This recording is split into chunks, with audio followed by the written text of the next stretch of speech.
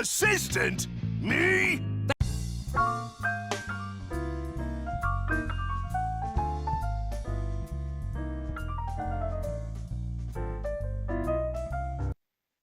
Hello and welcome back to the Movie Pope podcast. And today we are going to be taking a look at the trailer, the official trailer, I should say, for Captain America: Brave New World, which premieres February of next year. So roughly around your birthday, Lee. So that should be a fun birthday present for you right there. I don't know how I feel about that. Well, you know what Kevin Feige provides, you cannot refuse, right? You say that, but I mean, well, I'll say this. I mean, basically, Captain America: Brave New World picks up from where Falcon the Winter Soldier left off, and as we know, Falcon the Winter Soldier was a very impactful TV series because we remember it and the characters oh so well, didn't we, Lee? yes, we did talk just very briefly. So I've not seen this trailer, right? So I'll be going in this. This will be, I guess, a blind reaction. And now I did see the series, right? And I think that's something where I remember the series. I didn't really care for the series. I thought it was extremely mediocre, and that's probably putting it nicely for a lot of areas. So, you know, unfortunately, I feel like this will always catch up with Marvel, and their fascination with continuing this stuff is people don't want to have to watch like series of stuff to get caught up with what you're going to be showing people. And I feel like the further out you get, the more muddied it becomes. So I'll be curious to see what they focus on with this. Now, I will say this, because compared to our trailer reaction with Thunderbolts, where there were like probably 2 TV shows and 2 or 3 movies that you kind of had to catch up on, this one, it's more of just the one series. But even then, I think we can both agree the series Falcon and the Winter Soldier really didn't have that much of an impact overall. No, not at all. So right off the bat, we see Isaiah Bradley, who we've established we really don't have that much of a recollection of until just now.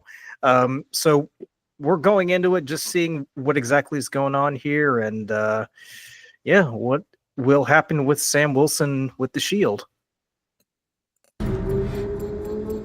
You asked for me. Here I am. You want to help me? Is there anything you remember? Ladies and gentlemen, the President of the United States, Thaddeus Ross. I like seeing Harrison Ford, but name's getting old. Well, obviously they couldn't get William Hurt. No. Whatever this is, Cap, be careful. What do we know? There were 5 shooters. This was a coordinated terrorist attack, sir. I was a wartime general. Now I'm a wartime president. Your inner circle's been compromised. Let me fix it. Watch yourself. You're not Steve Rogers. You're right. I'm not. I do kind of like lines like that because I feel like that's a lot of people's issues with Wait for it. having him come in. They don't want him to replace the love character. Yeah. We're on the brink of war. I can't trust anyone. Nothing about this feels right. Captain America. You ever ask yourself, who's playing who?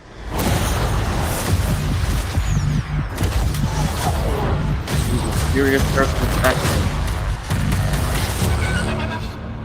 Someone's been pulling the strings on everything. You're under arrest? I don't want a variable out there that I can't control. Stop! Captain America, caught without his wings. You like to play dress up and blindly execute the state's orders. Don't say I didn't warn you. What if this is a trap? You don't even know what this is. A Red Hulk. Since when were they red?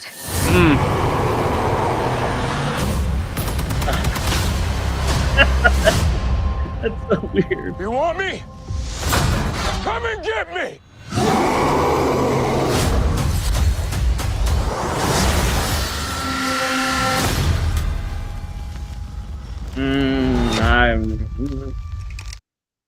Oh, perfect thing to come out on Valentine's Day. I know, and plus you got a Hey. Red Hulk, so Take a girlfriend out to watch another superhero movie that I'm sure everyone's can't wait for. So, that's a very bold choice. So now, Luca, I don't know anything about Red Hulk, right? So I know it's uh, going off of what I know about the Hulk, though, right? The Hulk is pretty strong, right? Now, are you familiar with Red Hulk at all? Because maybe you could help me out yeah, with this. yeah. So Power basically, wise, how close so is Red Hulk to the Hulk that we know? so basically, in terms of origin, it is General Ross. He basically undergoes the same gamma treatment as Banner, and he becomes the Red Hulk. The only thing is that with Green Hulk, the madder he gets, the stronger he gets. The madder Red Hulk gets, the hotter he gets. So he generates a lot of heat as a result. But they're Gotcha. pretty much equally matched. But I gotta say, did you get Captain America Winter Soldier vibes from it? Because A little bit. it sounds like they were trying to go for that secret agent kind of Yes. political thriller kind of thing. And they almost pulled it off until we saw the Red Hulk, and it's like, okay, they totally threw us a curveball right there. Yes. No, I do agree. I feel like they're going for that same kind of feel to it. Like I said, I do like the fact that Sam wants to be his own character, right? I feel like a lot of people talk about like him having to take on the mantle and take on this. I don't think anyone wants that, right? I don't feel like the audience wants it, and I also don't feel like Sam really wants it, right? Like Sam is a character that could, stand on his own 2 feet. He's obviously not the most interesting character, right? And I think another thing that's always been kind of bothersome with him is the fact that he doesn't really have any powers, right? So obviously, That's not true. He's got that wing pack. well, yes, that's true. I apologize. You're right. He's got some wings, right? So he's got the equivalent of being able to drink a Red Bull. So it's like I said, it's very interesting that you want to put the Red Hulk a part of this because for me, right, and I understand this is a superhero film and you have to just totally suspend your disbelief. But at a certain stage, it's like, okay, like this guy that granted has the shield, right?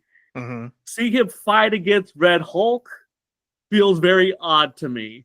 Because I think power scaling wise, like I feel like the Red Hulk could absolutely shatter him in a moment. But well, not to mention too, he generates a lot of heat, so you kind of have to wonder how much stress can the shield take before it cracks from all that heat. That's true. That's true. So maybe that's something that they deal with, and maybe that's like a kind of a him like not needing to like take up the shield, so to speak, and he's finds out something else to do. But I don't know. I have a lot of kind of concerns with what I saw there. I did really like. I don't know. I just. But it seems like they kind of overdid it because like up until that point, it's like, okay, I could sort of roll with what they're doing because they're trying to go for that political thriller, kind of going back to to what made Captain America interesting without the aliens and the gods and the other superheroes, right? But adding the Red Hulk in there, it kind of felt like they just overplayed their hand. Yeah. No, It's I like agree. it's like, okay, you had us sold on this whole let's try to figure out a way to stop the world from going to war, and then you throw in the Red Hulk and it's like, okay, well, was that even necessary? Like, what does he even do? Like, is he just going to bring the world even closer to war, or does he end up becoming an ally of Captain America? I don't know. Yeah, and I really, like I said, I really enjoyed the Winter Soldier. I think that was definitely my favorite of the Captain America films. Right, was Winter Soldier, and it doesn't need to have kind of a recreation of that idea if that's what you want to do. Right, I feel like that just unfortunately is going to draw unfair comparisons back to I think a movie that was I would say more beloved for sure, and I just. like I said, I feel a little bit icky about it from what I saw. I mean, there's obviously a lot of different directions they could go. It's just a trailer, so we don't really know what's going to be there. But I certainly didn't exactly get a whole lot of positive vibes as I watched it. I don't know where it's going to go from there. So I guess we'll see. But I'm not exactly like, oh, I can't wait to go see this. Even though I'm sure eventually we'll be suckered into it. Well, not to mention the fact that Marvel is still following its same old playbook. Because I think like either last week or the week before, Kevin Feige revealed what's going to happen in Phase 6 and 7. So it's not like they're deciding, well, maybe we should kind of put this to rest, or at least put aside the whole Phase playbook and kind of just do something a bit more organic. I feel like what they're doing here, if they are following that that same old playbook, it kind of makes you wonder where exactly are they going. Very good point. Because you remember with the previous Marvel films, like each movie, as bad as some of them were, they kind of laid the foundations for a bigger storyline, right? Absolutely. I.e., the Infinity Saga. Whereas here, it's like, if they just drop the pretense of saying, hey, we're this movie's part of Phase 6, for instance, I will be a bit more forgiving, even if it comes off as a bit of imitative of Captain America and Winter Soldier. But for me, it just adds a bit more confusion, because now I'm not sure what exactly it's adding to the whole Marvel. Yes, absolutely, because we still are in the dark about what it's building up to, right? Like we've been told like countless times, like, oh, it's going to be building up to this, or this is what's going to happen. But they keep shifting the goalpost. Remember that? Exactly, right? They keep moving it around. So just, I feel like outside of superhero fatigue, which I think is absolutely hitting everybody at this stage, I just feel like they're worried about just being able to create standalone products. And I just wish that that's what they were more interested in, especially with this. I mean, occasionally, like, they do try to put something out there. Like, I would say, Agatha, for the most part, I didn't really watch it, but it seems like it was just like a standalone thing that's off to its side. I know, obviously, it references and it's connected to characters, but it seemed like they wanted to just kind of do their own thing, whereas this one feels like they're really trying to bring everything in. So you got Red Hulk, and we're continuing all this stuff from Mackie, and it's a lot. And I just feel like the further out we get, the more muddled it gets, and I just don't really get what their grand scheme is. It feels like they're just trying to, I guess, see what they can milk out of this before like they start getting negative returns, and then they're just maybe try to find something else out there to kind of connect with. Well, what's also working against them is the fact that they're releasing this like 3-4 years after Falcon and the Winter Soldier. Yeah. So at that point, so at that point, I mean, as you and I discussed earlier, I mean, that's a distant memory. We cannot recall anything that far back, especially for a series that was pretty irrelevant in the grand scheme of things. So had they released it like a few months or even a year after Falcon and the Winter Soldier, maybe it would have been a bit more impactful, right? Because at least then, you still got Sam Wilson still trying to figure out how to, work with the Captain America mantle. Whereas now it's like people are just going to say, well, I don't know who any of these people are. Some people will even say, wait, when did Captain America become a black guy? Because that's just how out of it some of these people are with trying to follow so much of this Marvel content. So I kind of like Isaiah Bradley's character. Like, if you did not watch that, you're gonna have no idea. And even for people that watched it, how much of that are you gonna even recall when we get up to it? So as you pointed out very, very well, it's been 4 years, right? Like, Marvel's shown and thrown so many things at us. Like, it's just like you have to sit there. It's like, okay, am I gonna want to watch this TV series again to get me prepared for this so I can watch something else? It's just, no one wants to do homework when it comes to, I think, their movie-going experience.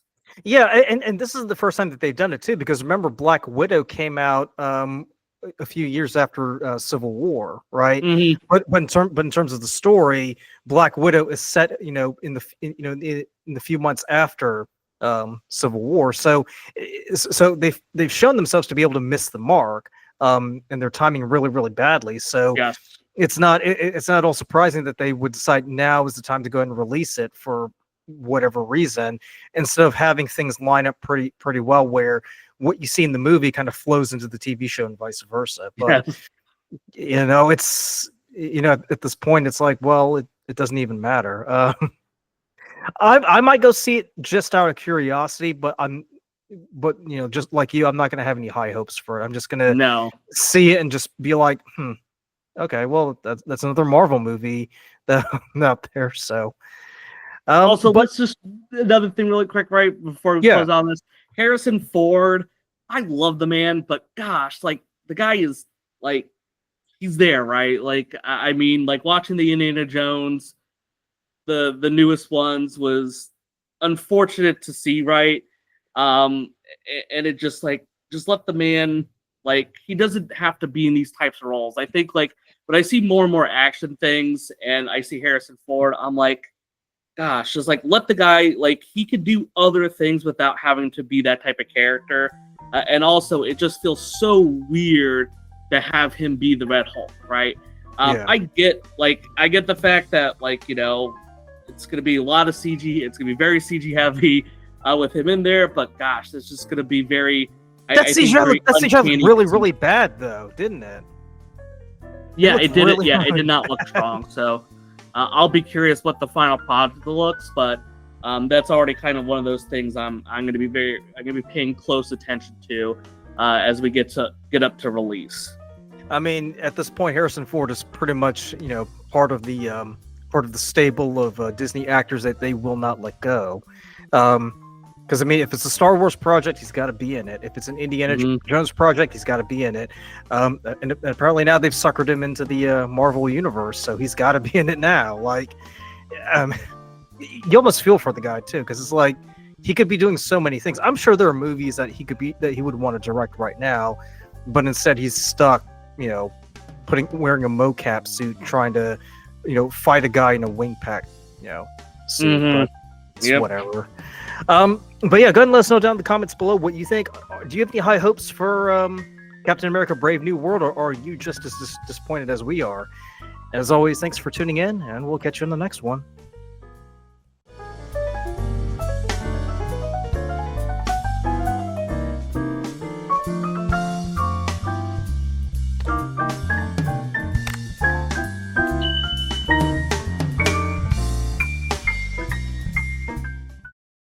Supervillain bounty hunters, here's red in your eye.